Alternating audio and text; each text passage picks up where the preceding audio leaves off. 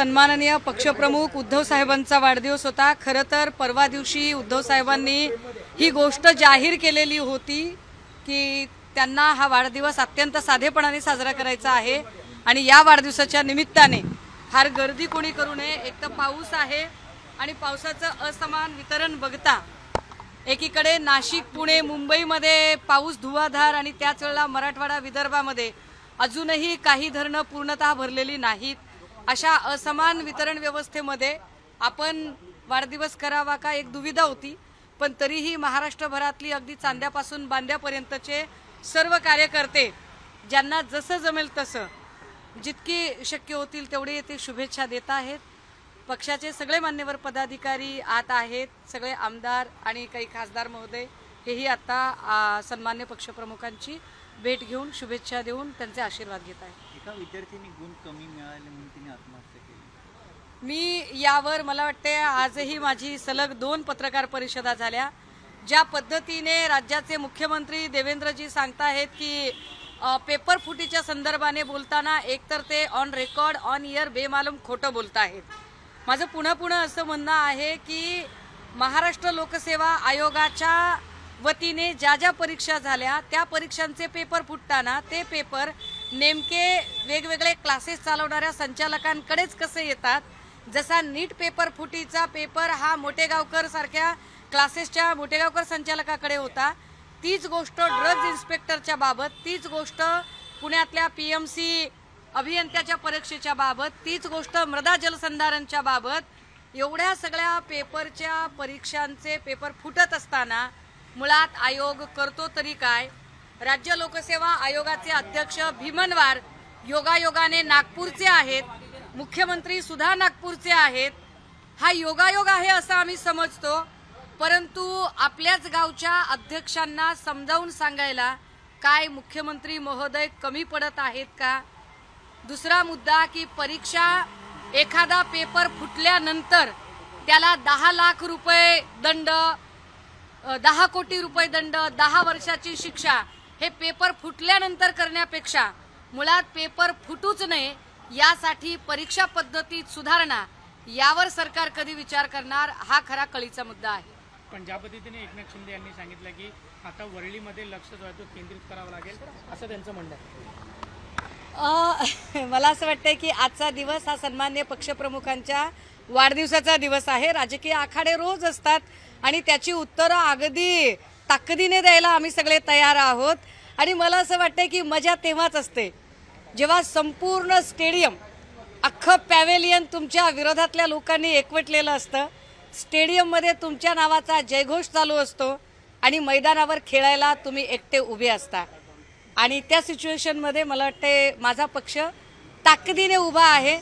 पॅव्हेलियनमधल्या लोकांनी काय एकवटायचं ते एकवटू द्या, परंतु स्टेडियममधला जो सगळा हंगामा आहे, स्टेडियममधला जो जय जयकार आहे, मागच्या 2-3 कार्यक्रमात आपण जी शिवाजी पार्कवरची गर्दी बघताय ती या गोष्टीची साक्ष देते की ठाकरे कधी संपत नसतात। MPSC माहिती येते त्यामध्ये ते असं म्हणतात की जी तक्रार आमच्याकडे आली ती बनावट आहे, पुन्हा परीक्षा होणार नाही म्हणून असा बनाव रचला गेला। मला असं वाटतंय की मी पुन्हा एकदा सांगते, महाराष्ट्र लोकसेवा आयोगाच्या सचिवांना माझी पुन्हा विनंती आहे, कृपया तुम्ही जरा समोरासमोर बसा, पळवाटा काढू नका, इकडे तिकडे पळू नका, समोर बसून चर्चा करा। 3 दिवसापूर्वी राज्य लोकसेवा आयोगाचे जे सचिव म्हणत होते की असा घोटाळा झालाच नाही, ते काल असं म्हणत होते की घोटाळा झालाय आम्ही चौकशी करू। आज ते म्हणतात की तो बनावट ईमेल होता। ते असं का म्हणू शकतात? कारण ज्या मुलाने 1 महिन्यापूर्वी मेल केला होता ही गोष्ट तुम्हाला 1 महिन्यानंतर बोलायला का सुचते? 6 दिवसापासून त्या मुलाचा मोबाईल का बंद आहे? त्या मुलावर कुणी दबाव आणलेला आहे? त्या मुलाला कदाचित जर तू आत्ता काही बोललास तर तुला पुन्हा कुठल्याच परीक्षेत कसल्याच पद्धतीने सहभागी होता येणार नाही, तुला आम्ही कायमचे रिस्ट्रिकेट करू, हा दबाव त्या मुलावर आहे का? आणि दबावापोटी त्याच्याकडून खोटा जबाब नोंदवला जात आहे का? अगदी कारण 6 दिवसापूर्वी ज्या मुलाचा संपर्क होत होता त्या मुलाचा संपर्क अचानक त्याचा नंबर नॉट रिचेबल झालेला आहे। त्यामुळे ही सगळी जी कीड लागलेली परीक्षा पद्धती आहे ती सुधारायची असेल तर मला वाटतं त्या मुलाने सुद्धा स्वतःचा सत्सद विवेक जागा ठेवला पाहिजे। ज्या मुलीच्या सोबत व्हॉट्सअप चॅटिंग व्हायरल झालेला आहे, ऋतुजा नावाची मुलगी आणि गौरव पाटील नावाचा हा मुलगा, आणि त्या गौरव पाटीलच्या संदर्भाने जर तुम्ही बोलत असाल तर राज्य लोकसेवा आयोगाच्या सचिवाला माझं एकच प्रश्न आहे, एवढ्या साध्या प्रश्नाचं एवढं साधं उत्तर जर तुम्हाला सुचत होतं तर त्यासाठी तुम्ही 1 महिन्याचा वेळ का घेतला? एक. दुसरं असं, राज्य लोकसेवा आयोगाचे अध्यक्ष भीमनवार नागपूरचे योगायोगाने आहेत की ठरवून आहेत? उत्तर तुम्ही द्यावं. तिसरं, या सगळ्या परीक्षा घेत असताना पहिलं जे टेंडर दिलं होतं प्रितिश देशमुखच्या GA सॉफ्टवेअर कंपनीला, ती कंपनी, आणि आत्ता IBPSने TCSला दिलं. बहुधा TCS सबटेंडर्स देतात वेगवेगळ्या परीक्षांचे. याच्यामध्ये SMB कंपनी आहे. ही SMB कंपनी सतीश प्रसाद बांदिवडेकरची आहे. हा सतीश प्रसाद बांदिवडेकर ज्याच्यावर ऑलरेडी भंडाऱ्यातल्या जिल्हा परिषद नोकर भरती घोटाळा प्रकरणी गुन्हा दाखल झालेला आहे. फडणवीसांनी या प्रश्नाचं उत्तर दिलं पाहिजे की तुमची अशी काय मजबुरी आहे की ज्या सॉफ्टवेअर कंपन्यांच्या ठेकेदारांवर आधीच गुन्हे दाखल झालेले आहेत त्याच कंपन्यांना पुन्हा पुन्हा कंत्राटं का दिली जातात? कंत्राटं देण्यामध्ये तुमच्या जवळचा तो कोणता माणूस आहे? आम्हाला नाव माहीत आहे, आम्ही ते यथावकाश तेही बोलू, परंतु या सगळ्यांमध्ये पोरांचा जीव जातोय. एक परीक्षाचा पेपर फुटणं म्हणजे साधारणतः 5 लाख विद्यार्थ्यांचं आयुष्य भविष्याचं नुकसान होणं, आणि त्याचं पाप या सरकारच्या माथी लागते. त्याची उत्तरं कोण देणार? काल जल्लोष पार पडली आणि त्या ठिकाणी आयोजकांवर आता पोलिसांनी गुन्हे दाखल केले. कोण घाबरते त्यांच्या गुन्ह्याला? मुळात ज्या सरकारला आंदोलनं हाताळता येत नाहीत, ज्या सरकारला आंदोलकांचं मानसशास्त्र कळत नाही, ते सरकार आंदोलनं मोडीत काढण्यावर जास्त भर देते. या लोकांनी या प्रश्नाचा जरा गांभीर्याने विचार केला पाहिजे की तुमच्या विरोधात कुठे एका ठिकाणी नाही, महाराष्ट्रात तर अगदी चांद्यापासून बांद्यापर्यंत नेर असेल, यवतमाळ असेल, देवळी असेल, पुलगाव असेल, वर्धा असेल, धामणगाव असेल, हिंगणघाट असेल, पुसद, वाशिम, अगदी अलीकडचं नांदेड, माहूर, अहमदपूर, लातूर, धाराशिव, त्याच्या अलीकडे बार्शी, सोलापूर, इंदापूर, दौंड, शिरूर, श्रीगोंदा, पुणे, मुंबई, सगळ्या भागात तुमच्या विरोधात जर रोष व्यक्त होत असेल तर जरा तरी आत्मपरीक्षण करा. आणि महत्वाची गोष्ट, जर परराष्ट्र मंत्रालय सांगते की कुठलीही फॉरेन फंडिंग या आंदोलनाला नव्हती, तशी आमच्याकडे कुठलीही माहिती नाही, तर मग राज्याच्या मुख्यमंत्र्यांपासून ते छोट्याशा पावाच्या तुकड्यावर भुंकणाऱ्या टॅटोधारी भक्तिनीपर्यंत या सगळ्यांकडे आता काय उत्तरं आहेत ज्यांनी या आंदोलनाला नावबोट ठेवायचा प्रयत्न केला?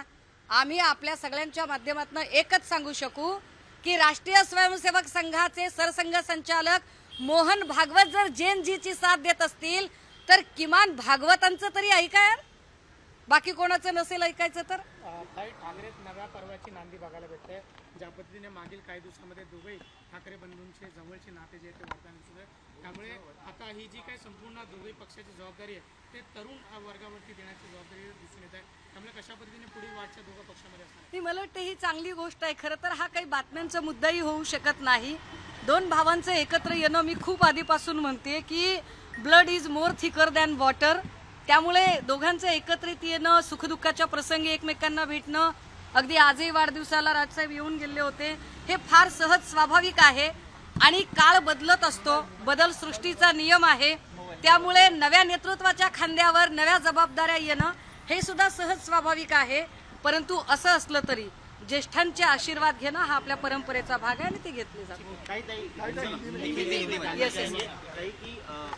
जिस तरह युवाओं को समर्थन दिया है ठाकरे बंधु ने, तो अब राधाकृष्ण विखे पाटिल हो, खुद सीएम फडणवीस हो या तो डिप्टी सीएम एकनाथ शिंदे हो, इनका कहना है कि ठाकरे बंधु का अस्तित्व खत्म हो गया है, कोई अस्तित्व नहीं बचा, उनका लोगों पर अब असर नहीं होता. इसीलिए मुझे देखिए, पहले तो विखे पाटिल में राधाकृष्ण विखे पाटिल क्या सच में कोई उनके लिए कोई नैतिक आधार है कि वो हमसे कुछ सवाल पूछे और उनके सवालों का हम जवाब दें?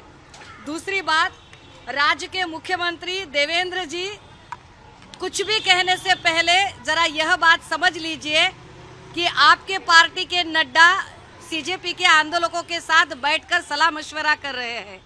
आपके पार्टी के एक्सटर्नल अफेयर मिनिस्टर कह रहे हैं कि यह आंदोलन बड़ा सहज स्वाभाविक था। आपके पार्टी के प्राइम मिनिस्टर इन आंदोलकों से बात करने के लिए अब ट्विटर से इंस्टा पर आ गए हैं, यानी कि आपके पार्टी के सारे वरिष्ठ नेतागण आंदोलकों की मनोभूमिका समझ रहे हैं। ऐसे में अगर फिर भी सिर्फ हमारी आलोचना करने के लिए ही आपको आपकी पूरी जीवनी व्यतीत करनी है तो हम इसके बारे में क्या कह सकते हैं। मैं सिर्फ इतना ही कहूंगी कि देवेंद्र जी, आपकी कुर्सी के तले वाया शिंदे, अमित शाह साहब ने जो पटाखे जला कर रखे हैं उन्हें बुझाने की कोशिश कीजिए, बाकी का हम देख लेंगे। मोहन भागवत ने जिस तरीके से स्टेटमेंट दिया है, जैन जो है वो शान मन से नहीं सोचते हैं, भावुक होते हैं। जैन जी कैसे सोचते हैं ये मुझे लगता है अब मोदी जी से पूछना चाहिए, क्योंकि मोदी जी को भी मोह हो रहा है जैन जी की भाषा में उनको उत्तर देने का, उनसे संवाद करने का। जिस तरह से मोदी जी अब इंस्टा पर उतर आए हैं वह देखते हुए मुझे लगता है कि जैन जी की भाषा बहुत सहजता से समझना जरूरी है। यह मोदी जी की भी समझ में आया। एफडीए इंस्पेक्टर एग्जाम का पेपर भी लीक हुआ है, जिस तरीके से खबरें आ रही है। देखिए, फूड ड्रग्स इंस्पेक्टर का जो पेपर है, इस पेपर में पेज नंबर 26 से लेकर पेज नंबर 53 तक 78 ऐसे सवाल है जो सवाल पूरी तरह से मैच हुए हैं। ये सवाल उन सवालों से मैच होते हैं जो ऋतुजा नाम की एक लड़की के व्हाट्सएप चैटिंग से शेयर हो चुके हैं और वायरल हो चुके हैं। और यह सारा अगर मामला देखा जाए तो इसमें कुछ सॉफ्टवेयर कंपनियां हैं। हम बार बार बोले जा रहे हैं कि जिन सॉफ्टवेयर कंपनी पर पहले से बहुत जगहों पर एफआईआर दर्ज है, फडणवीस साहब की ऐसी क्या मजबूरी है कि उन्हीं लोगों को बार बार इन सारे एग्जाम्स के टेंडर दिए जाते हैं। तो पहले तो ये सारे सॉफ्टवेयर कंपनी के जो मालिक हैं उनको हिरासत में लेना चाहिए। दूसरा, यह सारे पेपर जो लीक होते हैं तो इन सारी परीक्षाओं की जो क्लासेस और एकेडमी चलती हैं, उनके जो क्लासेस के संचालक हैं उनकी ओर से, तो ये सारे क्लासेस के संचालक, इनकी भी इंक्वायरी होनी जरूरी है। जगजीत दीपके की फिल्म से मिलने गए संजय सिरसा कह रहे कि मुझे सिक्योरिटी बढ़ानी चाहिए, मैं फडणवीस से मांग करूंगा। नहीं, ये तो और ज्यादा रंजक बात है कि एक तरफ उनकी पार्टी के कौन मुख्य नेता शिंदे कहते हैं कि ये गलत हो रहा है और दूसरी ओर उन्हीं के पार्टी के एक मंत्री उनके घर पर जाकर मिलते हैं। अरे भैया, आपस में पहले तय तो कर लीजिए क्या सही और क्या गलत है, क्या करना है और क्या नहीं करना है। सगळा येड्याची जत्रा पेड्याचा पाऊस कशाला करताय। 19 साल की लड़की ने सुसाइड किया अहिल्यानगर में। जी, नीट पेपर लीक की वजह से सांगले नाम की लड़की ने अहिल्यानगर में जो सुसाइड किया है वह काफी दुखद है। हम आप सभी के माध्यम से सारे छात्राओं को कहना चाहेंगे कि यहाँ आकर जिंदगी खत्म नहीं होती है। किसी एक एग्जाम की वजह से अपनी जिंदगी खत्म कर दे, इतनी भी कोई बड़ी बात नहीं है। लेकिन सरकार ने जरूर इस बात में संजीदगी से सोचने की जरूरत है कि अगर आपकी एक भूल की वजह से, एक गलती की वजह से अगर छात्राओं की जिंदगी दांव पर लग जाती है तो क्या आप सही मायने में सरकार चलाने के काबिल हैं? अरे भाई है, भाई भाई से मिलने आया तो इसमें बड़ी अचरज वाली क्या बात है। भाई भाई से मिलने आएंगे, भाई भाई की एक दूसरे की मदद करेंगे, भाई एक दूसरे का साथ देकर डटकर महाराष्ट्र के लिए खड़े रहेंगे। हमने बार बार बोला है, झगड़ा या कुछ भी मनमुटाव दो शेरों के बीच का होता है, लेकिन बीच में कुत्तों का फायदा नहीं होना चाहिए।